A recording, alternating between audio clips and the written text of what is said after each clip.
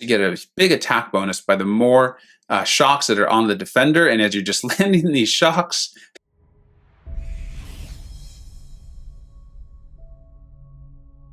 hey, welcome back to the channel. All right, it's time to talk about Immortal Abomination. He is awesome, he is incredible, and he is particularly amazing for the 7.2.4 Man-Thing boss, which can be a little bit difficult.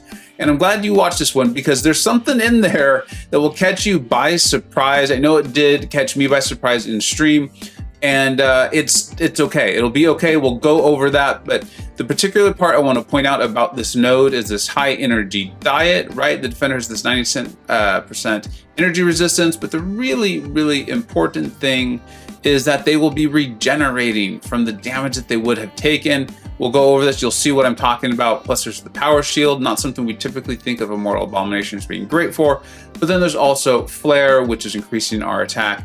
And then of course we're gonna be losing our health. And then at the end of this fight, I will go over some of my other favorite options that to take the lane that leads to this fight. And I'm sure that'll be in the description or something like that, so you'll know what we're talking about.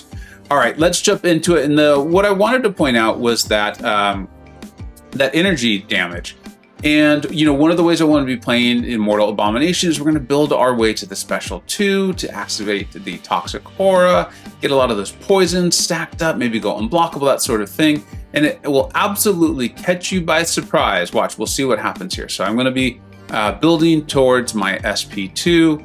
At some point, you know, I do want to kind of bait his specials, but he has a tendency, he being Man-Thing, to go a little bit passive in war that can be really particularly annoying, but there's no Mystic Dispersion in questing content, so we don't need to worry about it too much.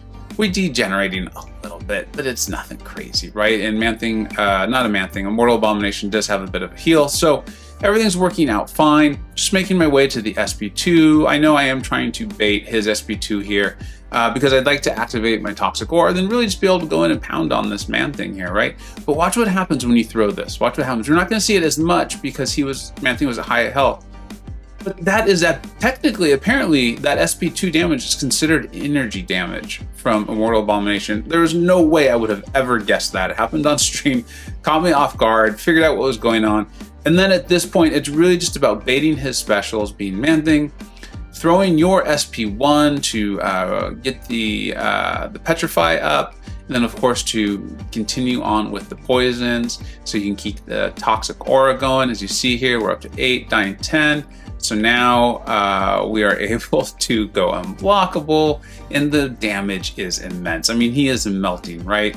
I know that I'm trying to bait his SP2. I don't even remember if I successfully do it. Yeah, we do.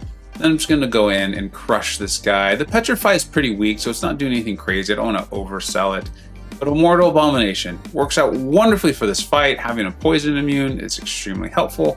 There's no Mystic Dispersion, so you don't have to worry about that sort of thing going on for Man-Thing. If you're watching this and you have Immortal Abomination, you know how great he is already, but dude, take him in for this fight. He is an absolute blast. Now, I want to talk about some of the options to get there because this is a really fun lane. It's the Slumber. So the defender's going to be stunned for 15 seconds. You can just go in and pound on them. And then there is Flare, right, which can be a lot of fun with that 300% attack increase. Here's where this gets interesting though, is Particle Protector and size matters. So bringing in your big boys is awesome. My absolute MVP for going down this lane was Venom, and I'll explain why as we go. But you're gonna see the amount of damage that Venom is able to put out. Now this is a Rocket Raccoon, so not the toughest defender in the world here.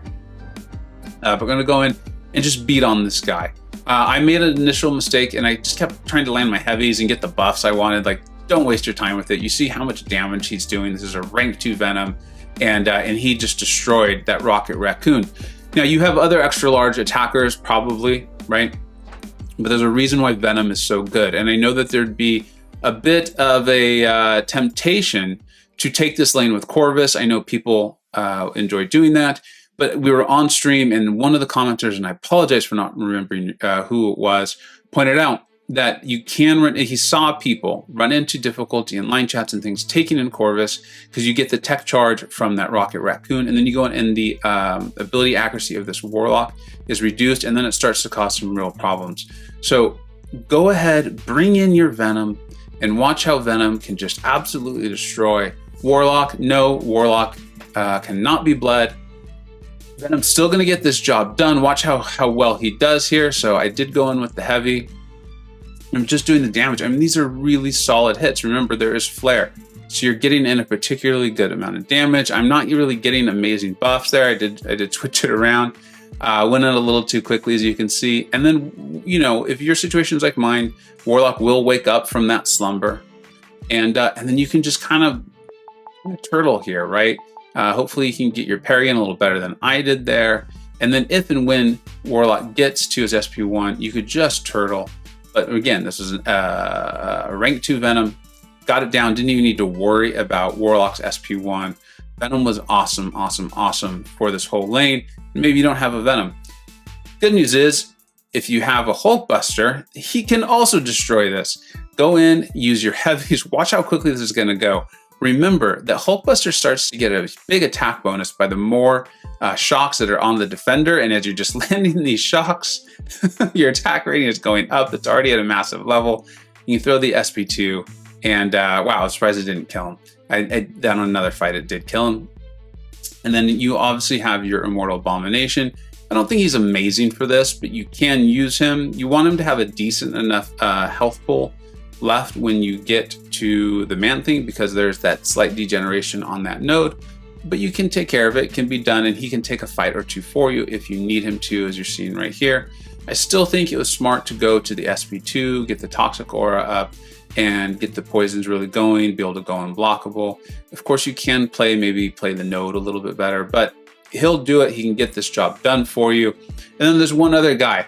The fight I did with him really wasn't amazing, but I did do some fights with him on stream, and they went significantly better. So I did want to at least show him as an option. He's a fun to use fella. That is Sasquatch. He's particularly good against this Howard the Duck, because Howard the Duck has the buffs. You can go in and use your heavy and land the stagger, and then especially if you're running Mystic Dispersion, it's really going to increase your power gain here, right? Like this with the staggers on the opponents, or if the opponents have buffs, you're increasing your power gain too. The problem here is Sasquatch's kind of low crit rate. But if you use Sasquatch, you know this. You know that this sort of performance of the SP2 is really not shocking, right? What you just saw there, I think we got 1 crit out of all of that. And then you can just play Howard the Duck normally, but if you do get a nice crit, Howard would be dead by now, right? He'd be dead. So you really wouldn't have to worry about it. But because of the degeneration, this can take a little while. So I wouldn't want to go in with Sasquatches as my only option, or just having 2 options. I'd want to have a Hulkbuster or Venom or something like that. I am sure, though, that like a Warlock or a Kingpin, or really anyone who's XL, could take that lane for you. Just go in, do your big damage, get the fight done. But if you have a Venom, he's going to be an absolute rock star for you. So hope you have Immortal Abomination. I absolutely love this dude. I'm going to link my full review of him here at the end of this video. Thank you so much for watching. Let me know how you're enjoying 7.2. I've had an absolute blast in it, and I intend to continue to show videos on different bosses or ways we can have fun, and we'll get back to streaming and showing some really cool ways on how you can have an absolute blast in 7.2. Thanks so much for watching. Take care. I hope you either learned something, were entertained, or even better, a little bit of both. Don't forget to like, subscribe. Thanks so much for watching. Take care.